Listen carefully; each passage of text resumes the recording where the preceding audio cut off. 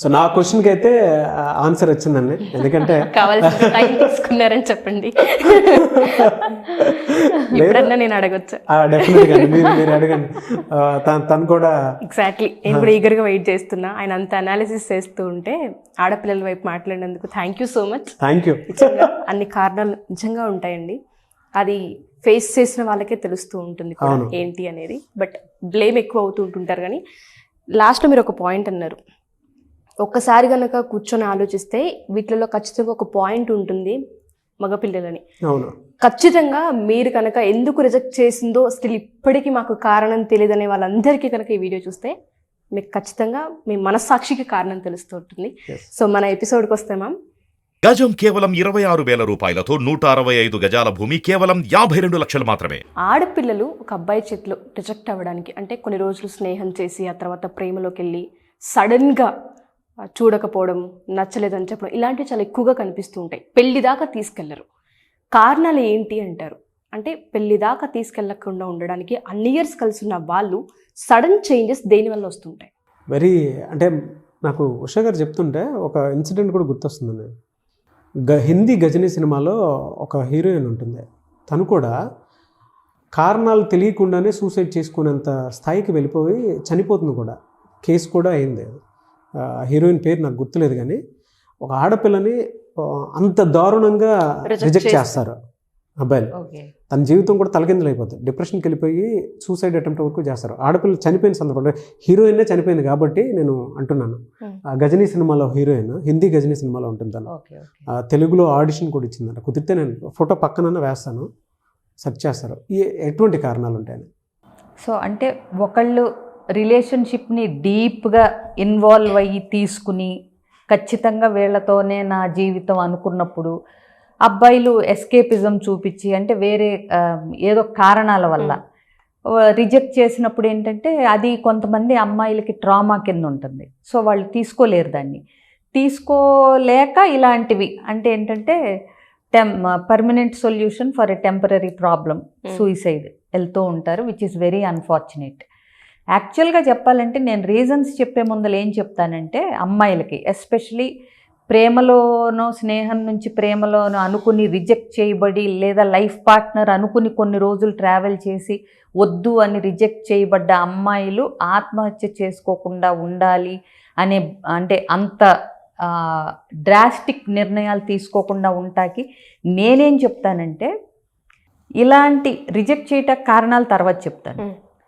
ఏదో ఒక కారణాల వల్ల రిజెక్ట్ అయితే ఆ అబ్బాయి దృష్టిలో ఏవో కొన్ని రీజన్స్ ఉండటం వల్ల రిజెక్ట్ చేసినప్పుడు ఆది నిష్ఠూరం మేలు అంత్య నిష్ఠూరం కల్లా ఇలాంటి వాడితో నేను ముందు లైఫ్ లీడ్ చేసే కంటే అమ్మయ్య మొదట్లోనే తెలిసింది ఇతని బండారం, ఇతని క్యారెక్టరు, కాబట్టి నేను ఇంకా చాలా సేఫ్గా ఉన్నాను, నేను ఇంకా మొదట్లోనే బయటపడిపోయాను, పెళ్ళి అయిన తర్వాత కొన్ని రోజులు రిలేషన్షిప్లో ఉండి దాంపత్యంలో ఉండి పిల్లలు పుట్టిన తర్వాత ఇలాంటి రిజెక్షన్స్ ఫేస్ చేసే కంటే లైఫ్ స్టార్టింగ్లోనే ఒక అంటే గడప దాటి ఒక రిలేషన్షిప్ పెళ్ళిగా మారి రూపాంతరం చెందే లోపలే ఇతని సంగతి తెలిసి అమ్మయ్య రిజెక్షన్కి గురి కాబడ్డాను, తీసుకోవటం కష్టమే కానీ అది ఫర్ గుడ్ అనుకోగలిగితే ఆ అమ్మాయి లైఫ్ బెటర్గా ఉంటుంది. యాక్చువల్గా ఇలాంటి అంటే మేకవన్నె పూలో లేకపోతే ఇట్లాంటి ఊసర వెళ్ళి తత్వం ఉన్నవాడితో రేపెప్పుడైనా ఇబ్బందే. అదేదో మొదట్లో వచ్చింది కాబట్టి ఐఎమ్ సేఫ్ అని అమ్మాయి అనుకోగలిగితే ఇలాంటి ఆత్మహత్యల దాకా డిప్రెషన్ల దాకా రాదు, వెళ్ళే అవకాశం. ఇకపోతే మనం ఎందుకు అని అడిగావు కాబట్టి ఆ కారణాల్లోకి వద్దాం. సో బేసిక్గా ఏంటంటే వీళ్ళకి ప్రయారిటీస్ మారిపోతూ ఉంటాయి.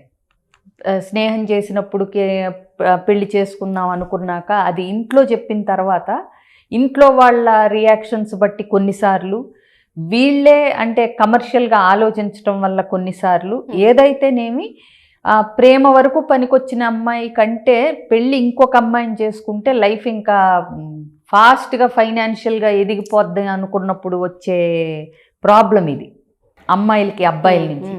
ఒకటి ఇష్టం తగ్గిపోతూ ఉంటుంది. దానికి కూడా ఏంటి రీజన్స్, ఈ అమ్మాయిని చేసుకుంటే నాకు ఫైనాన్షియల్గా ఒక మెట్టు ఎక్కనేమో అదొకటి. అది ఎట్లా ఎస్కేపిజం అనండి లేదా రీజన్స్ అవనివ్వండి, అవి ఎట్లా ఉంటాయంటే కెరీర్ గ్రోత్ లేదను, లేకపోతే మా ఇంట్లో ఒప్పుకోవట్లేదు, నిన్ను చేసుకుంటే మా చెల్లికి మంచి సంబంధం రాదు, లేకపోతే మా అమ్మ ఆత్మహత్య చేసుకుంటానంటుంది. సో ఇట్లాంటివి వస్తాయి రీజన్స్ వాళ్ళ నోట్లోంచి. అంటే ఇవి విన్నప్పుడు అంటే నీకు ఇవేవి ప్రేమించడానికి అడ్డం రాలేదు, అప్పుడు పెళ్ళికి మాత్రమే కనిపిస్తాయి. అంటే ఏంటి, వదిలించుకోవటానికి చెప్పే రీజన్స్ ఇవి. ఇప్పుడు నేను అనేది ఏంటంటే, ఇప్పుడు అమ్మాయి ఈ క్షణంలో తెలివిగా ఆలోచించాలి. ఇట్లాంటి రీజన్స్ చెప్పి నన్ను రిజెక్ట్ చేసే అబ్బాయితో నేను లైఫ్ లాంగ్ ఉండటం అవసరమా అని చెప్పి. అర్థమైందా? సో కాబట్టి ఒక రకంగా ఆ అమ్మాయి లక్కీ అనుకోవాలి ఇలాంటి వాళ్ళు కనుక రిజెక్ట్ చేస్తే. సో ఈ పాయింట్ గమనించినప్పుడు అమ్మాయిలు ఎవరితోనో రిజెక్ట్ చేయబడ్డారు అని ఫీల్ అయిపోయి బాధపడిపోయి డిప్రెషన్లోకి వెళ్ళాల్సిన పని ఉండదు. అఫ్కోర్స్ వెళ్ళినా బయటికి రాగలగాలి. సో బేసిక్గా ఇవి ఇష్టం తగ్గిపోవటం, కెరీర్లో గ్రోత్ ఉండదు, ఫైనాన్షియల్గా వీళ్ళని చేసుకుంటే లాభం ఉండదు అన్నప్పుడు ఏంటంటే అమ్మ చచ్చిపోతానందనో, చెల్లికో తమ్ముడికో మంచి సంబంధాలు కుదరట్లేదనో, లేకపోతే ఇలాంటివి రీజన్స్ ఎక్కువ చెప్తూ ఉంటారండి. మీరు చెప్తున్నట్టుగానే ఇందాక నాగరేష్ గారు స్టార్టింగ్లో నేను క్వశ్చన్ అడిగినప్పుడు ఒక పాయింట్ రేసేసారు మీరు. ఒక లేడీ, ఒక హీరోయిన్, ఐ థింక్ మీరు చెప్పింది చనిపోయింది అని చెప్పి. మేడం, దేన్నైనా ఒక విషయం మనం చెప్పినప్పుడు కన్విన్స్ చేసుకునే ఛాన్స్ కనిపిస్తే ఆడపిల్ల డిప్రెషన్కి వెళ్ళడం ఉండదు. కానీ అక్కడ అబ్బాయి చెప్పే రీజన్స్, అమ్మ చచ్చిపోతానంది, చెల్లి పెళ్ళి కాదు, ఫినాన్షియల్గా ఎక్కడ డౌన్ అయిపోతాము, కట్టాని. ఆడపిల్ల ఏంటంటే ఫ్యామిలీ, కుటుంబం, తండ్రి యొక్క దాని గురించి మాట్లాడే స్థితి గురించి చెప్తూ ఉన్నాడు. అక్కడ కన్విన్స్ చేయడానికి కూడా ఎక్కడ కనిపించట్లేదు చూస్తూ ఉంటే. తల్లి చచ్చిపోతా అన్నప్పుడు అమ్మాయి ఆబ్వియస్లీ ఆగిపోతుంది. ఎందుకంటే తల్లి ముఖ్యమా నువ్వు ముఖ్యమా అనుకున్నప్పుడు ఆడపిల్ల కూడా మీ అమ్మే ముఖ్యమని చెప్తారు తప్ప అయినా పర్వాలేదు నేను వచ్చేస్తా చేసుకొని ఏ ఆడపిల్ల అందు. ఆ ఛాన్స్, ఆ స్కోప్ కూడా కనిపించట్లేదు ఇక్కడ. అవును.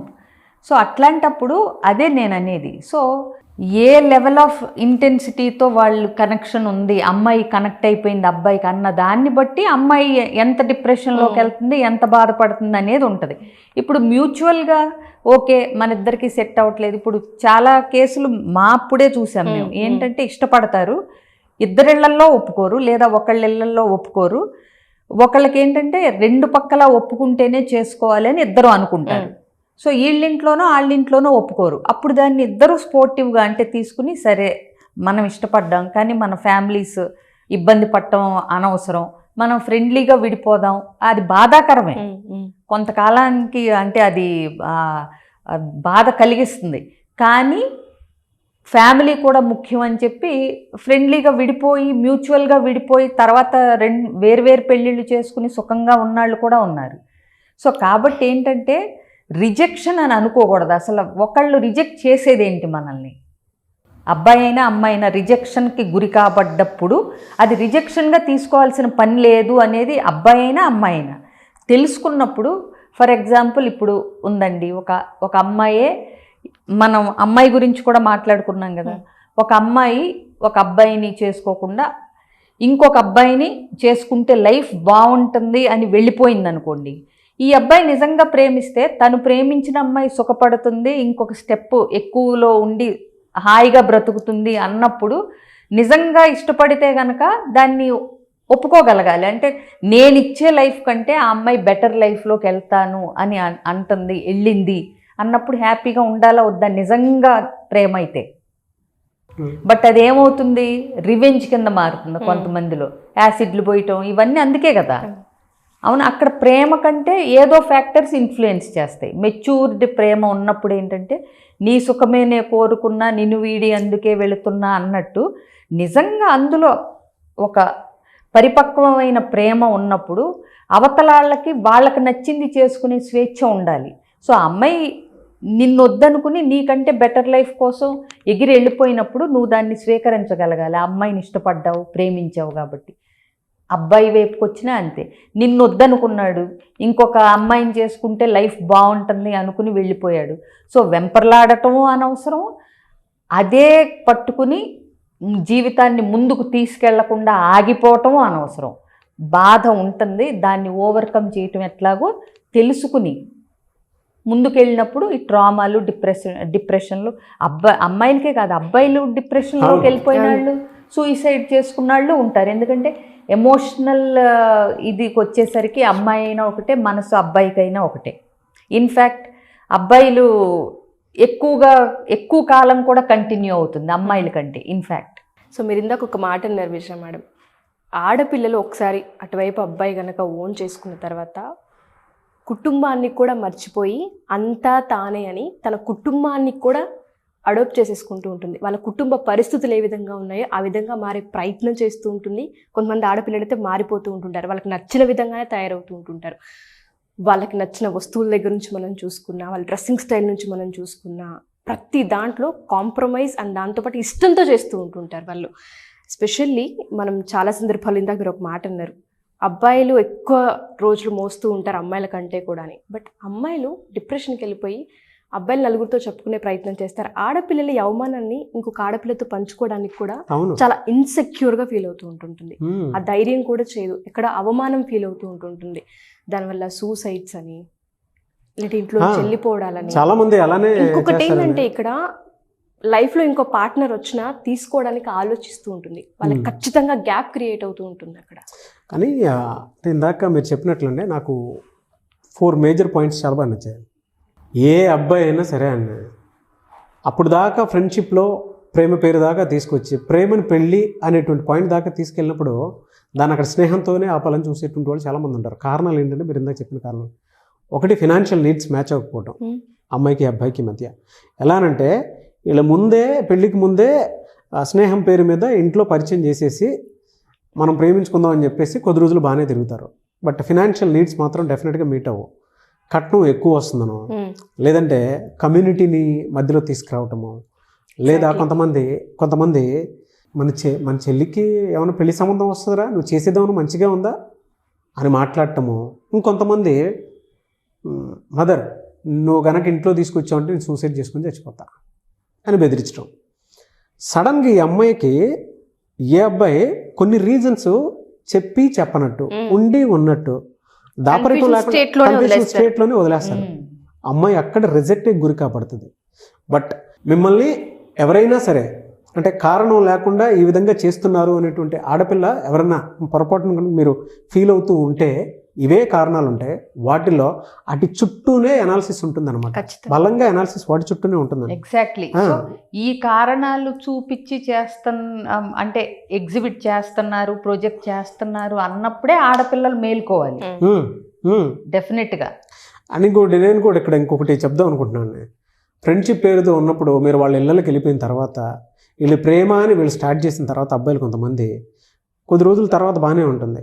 ఇంట్లోనే ఎలా రిజెక్ట్ చేస్తారంటే, మదరే ఏముందిరా రోజు వచ్చేసి వెళ్ళిపోతుంది కదా చూసేసాం, వాళ్ళ ఇంట్లో పెద్ద ఫినాన్షియల్గా కూడా పెద్ద ఇది లేదు, కెరీర్లో కూడా పెద్ద గ్రో అవుతున్న నమ్మకం లేదు, బయట సంబంధాలు వస్తాయి లేదు, వీళ్ళే ఫస్ట్ ఇంట్లో రిజెక్ట్ చేస్తారు.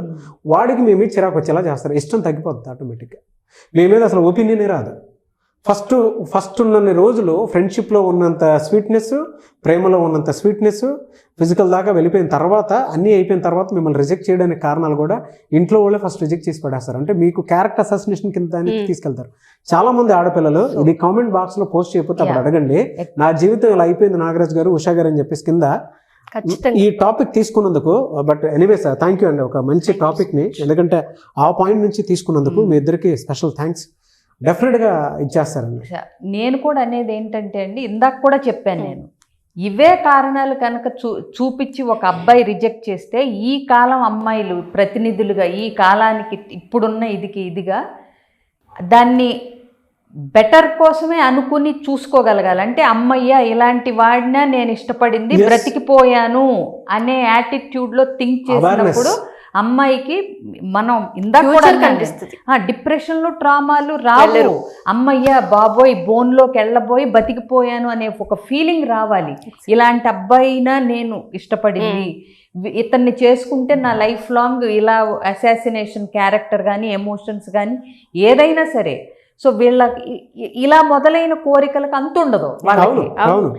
ప్లస్ ఇన్ కేస్ ఆ ప్రేమ మత్తులో ఉండి పోనీ కాంప్రమైజ్ అయ్యి చేసుకున్నాను అని చేసుకున్నా, కొన్నేళ్ల తర్వాత వాడి అంతా ఈ అమ్మాయి మూలాన కోల్పోయానని బిల్డప్ ఇస్తూ ఉంటాడు. అతని ఫెయిల్యూర్స్ అన్నిటికీ కూడా ఈ అమ్మాయిని రీజన్ చేస్తూ చేస్తూ ఉంటారు. ఈ మీ మీద బ్లేమ్ ఇష్టం తగ్గిపోవడానికి కారణాలు ఇవే అమ్మా. ఈ బ్లేమ్ గేమ్ పడే కంటే మొదట్లోనే ఇలాంటి ఎస్కేపిజం ఉన్న వ్యక్తి గనక నిజంగా ఒక మగవాడి ఎగ్జిబిట్ చేసి అమ్మాయిని వద్దంటే ఆ అమ్మాయిని ఎత్తిన పాలు పోసినట్టే అనుకోవాలి అంటున్నాను నేను. అమ్మాయిలు అది అనుకోవాలి. లేవేసండి, ఎటువంటి ప్రాబ్లమ్స్ తోటి ప్రతి ఆడపిల్ల ఏదో టైంలో ఏదో రకంగా ఇప్పుడున్న జనరేషన్లో అయితే ఫేస్ చేస్తుంది, నో డౌట్. అవును, ఎందుకంటే వాళ్ళ ఫ్రెండ్షిప్కి ప్రేమకి పెద్ద తేడా లేదన్న విధంగా ఉంది. ఫ్రెండ్షిప్ ప్రేమ దాకా వెళ్తుంది, ప్రేమ పెళ్లి దగ్గరికి వెళ్ళేటప్పటికి క్యాలిక్యులేషన్స్ మాత్రం బలంగా కనిపిస్తాయి. ప్రతి ఒక్కరి దాంట్లో ఉండేటువంటి రీజన్స్ ఇవి. ఏ రీజన్ ఉన్నా ఈ 4 చుట్టుపక్కల మాత్రమే కనిపిస్తుంది తప్ప ఇంకెక్కడా కనిపించదు మీకు. కాబట్టి సో ఇలాంటి రిజెక్ట్ చేయబడిన అమ్మాయి అయినా అబ్బాయి అయినా, ఇప్పుడు మీరిద్దరూ అమ్మాయి ఒకళ్ళు అబ్బాయి ఒకళ్ళు అడిగారు, అబ్బాయి అయినా అమ్మాయి అయినా ఇలాంటి అంటే డబల్ గేమ్ ఆడే వ్యక్తుల మనస్తత్వాలు ముందే బయటపడినందుకు సంతోషించండి. వీళ్ళని మనం అంటే దక్కించుకోలేకపోయామనో, వీళ్ళతో లైఫ్ ఊహించుకున్నట్టు వీళ్ళతో ట్రావెల్ అవ్వలేకపోతున్నామనో, పెళ్లి చేసుకోలేకపోతున్నామనో అనే థాట్లోంచి వీళ్ళు ఇప్పుడే ఇలా ఎగ్జిబిట్ చేస్తే ముందు ముందు ఏం ఎక్స్ప్రెస్ చేస్తారో, ఇప్పుడే బతికిపోయామని అనుకుంటే కనుక రిజెక్ట్ చేయబడిన వాళ్ళు, అంటే ప్రాపర్ రీజన్ రిజెక్ట్ చేయటానికి కారణాలు వీళ్ళకి ఏదైతే ఎస్కేపిజం అని అనిపించిన రోజున take that as a positive thing. బ్రతికిపోయారు అనుకోండి అమ్మా అబ్బాయి అంటున్నాను నేను. ఎస్ అయితే ఇలా కొంతమంది ట్రామాలోకి వెళ్ళిపోయి, నేను మీకు ఇందాక ఒక హీరోయిన్ పేరు చెప్పాను, అదే గజనీ సినిమాని, జియా ఖాన్. అక్కడ దాకా మీ ప్రాణాల దాకా తెచ్చుకోవాల్సిన అవసరం లేదు. కొంతమంది అయితే మెంటల్ ట్రామాలో ఉంటారు, అటువంటి వాళ్ళు మీ అపాయింట్మెంట్ తీసుకుందాం అనుకుంటారు, మిమ్మల్ని అప్రోచ్ అవ్వటం ఎలా? చాలా సింపుల్ అండి. స్క్రీన్ మీద కనిపిస్తున్న నెంబర్కి కాంటాక్ట్ చేస్తే ఎలాంటి ప్రాబ్లమ్స్ ఫేస్ చేస్తున్నా, అంటే లవ్ ఫెయిల్యూర్స్ కానీ, ఇలాగే రిజెక్షన్ నుంచి బాధపడే వాళ్ళు కానీ, ఈ రిజెక్షన్ అనేది మనం చెప్పినంత తేలిగ్గా తీసుకోలేరు అది. ఎందుకంటే రిజెక్షన్ అనేది సెల్ఫ్ రెస్పెక్ట్ మీద, ఆత్మాభిమానం మీద కూడా మనకి ఒక దెబ్బలాగా, అంటే నేనేం చేశానని నేను రిజెక్షన్, నా తప్పేంటి అనే ఒక సెల్ఫ్ పిటీలోకి వెళ్ళిపోతారు కొంతమంది అమ్మాయిలు అబ్బాయిలు. సో ఇట్లా వెళ్ళిపోయిన వాళ్ళు కానీ, అసలు ఎలాంటి రిలేషన్షిప్ ఇష్యూస్ కానీ ఏదైనా సరే ఉంటే స్క్రీన్ మీద కనిపిస్తున్న నెంబర్ కాంటాక్ట్ చేస్తే నా అపాయింట్మెంట్ ప్లస్ మిగతా డీటెయిల్స్ కూడా వాళ్ళు చెప్తారు. సో తప్పకుండా ఇలాంటి వాటిల్లోంచి ఉంటే కనుక ముందే వచ్చేస్తే బెటర్ ఎవరైనా సరే. అంటే ప్రాబ్లమ్ని ఇంకా ముదిరిపోయే వరకు డిప్రెషన్లో ఇలా వెళ్ళే బదులు ఇట్లా జరిగింది, వాట్ నెక్స్ట్, నేను ఎట్లా ఆలోచించాలంటారు, నేను ఏ స్టెప్ వేయాలంటారు అని గనక ఒక అవేర్నెస్ కోసం కావాలంటే తప్పకుండా రావాలి. డెఫినెట్గా అండి. ఇవాళ చాలామంది ఆడపిల్లలు కంటి ముందే జీవితాన్ని ఆ విధంగా నాశనం చేసుకున్న వాళ్ళు ఉంటారు. ఎందుకు అంటే ఎన్నిసార్లు మాట్లాడుకున్నా మగపిల్లలన్నా ఒకరికి చెప్పి షేర్ చేసుకునే అవకాశం కనిపిస్తుందేమో, కానీ ఆడపిల్లలు పొరపాటును కూడా, ఎస్పెషల్లీ ఒక అబ్బాయి వల్ల ఇది జరిగిందన్న విషయాన్ని చెప్పుకోవడానికి భయపడుతూ ఉంటారు, ఇన్సెక్యూర్కి వెళ్ళిపోతుంటుంటారు. ఇంకో మనిషిని లైఫ్లోకి తీసుకోవాలి అంటే ఆలోచిస్తూ ఉంటుంటారు. దాని నుంచి బయటపడాలంటే ఖచ్చితంగా ఒక్కసారి కాకపోతే ఒకసారి కౌన్సిలింగ్కి వచ్చి కూర్చొని మాట్లాడుకుంటే ఖచ్చితంగా సాల్వ్ అయ్యే అవకాశం కనిపిస్తూ ఉంటుంది. Thank you so much Vijay. Thank you so much Vijay.